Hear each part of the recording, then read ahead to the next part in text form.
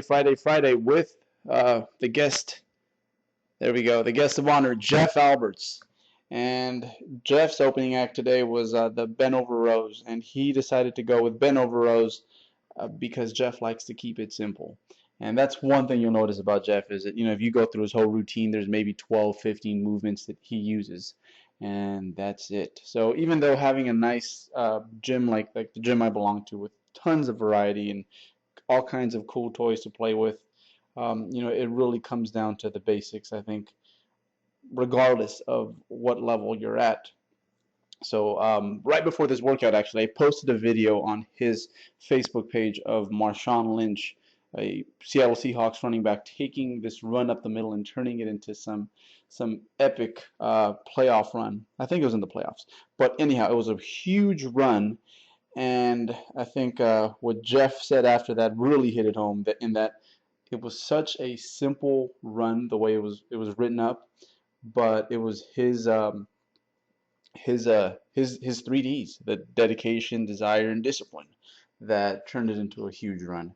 So I think that really hits home, because I think most of us, we really think, yeah, I'd say most of us want to believe that the solution to our bodybuilding problems lies in some exotic, new, complicated routine, when in reality, it's really about just mastering the basics. And that's something that Jeff has made an art of.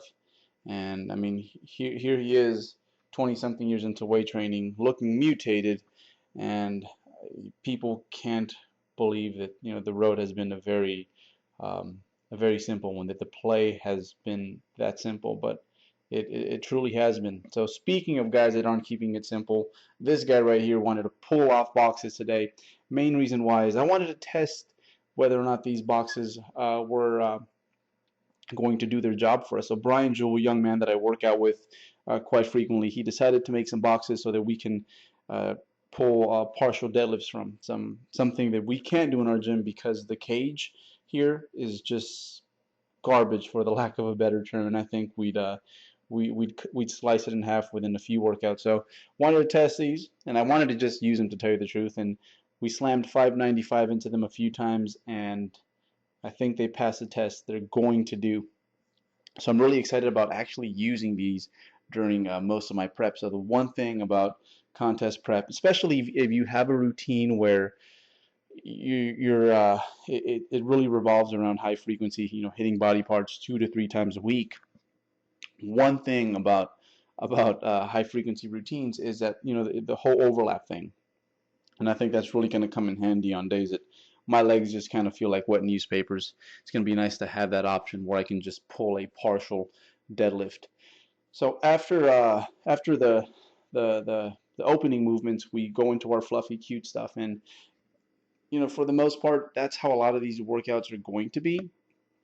And a lot of that is it's because we've done a lot of our heavy work earlier in the week. And by Friday, it's really just about having one main movement in the 4 to 8 rep range, and then everything else is cute and fluffy like this. I've been really digging the NutriGrip pull downs.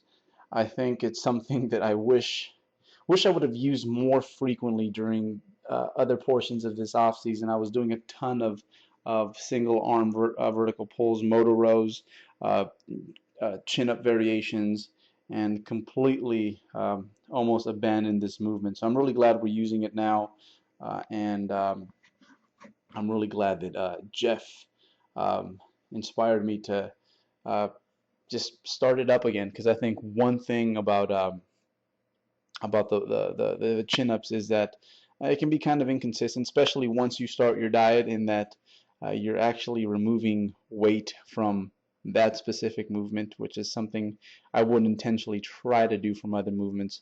So I'm probably going to make these my main vertical pull for most of my contest prep. Speaking of contest prep, if that's what me and Jeff are basically talking about in between sets. So he just recently broke the 200-pound marker, which means he's about 27, 28 pounds over stage weight for Jeff.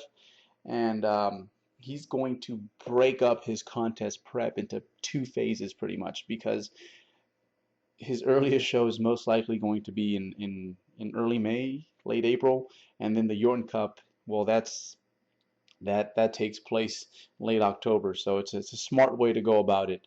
In my case, I'm just going to try to maintain this body composition for the rest of the year.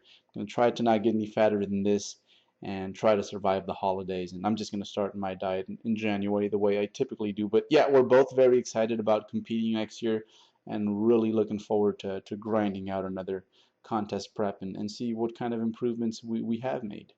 And it's just fun to think about all that lies ahead when it comes to that. But as of right now, there's still a lot of off season, and we're going to make good use of that. So Jeff Albert's calf, he tore his calf a few weeks ago. For those of you who don't know, and looks like there's still plenty of calf left, in my opinion. But it's one thing that Jeff was really blessed with, and not just of course genetically, but he's really put some mileage into those babies, and it totally shows.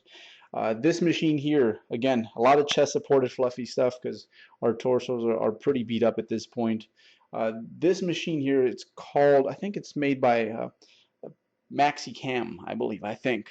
And it's a great machine, mostly because of the handle, because very similar to when you do braced rows on an incline bench, is the dumbbell gets away from you. You know, they kind of get your hands kind of get closer together, and as you start pulling towards you, they kind of naturally pull apart from each other. So it's a very natural movement with dumbbells, and most machines don't offer this. You're just kind of stuck at a certain position.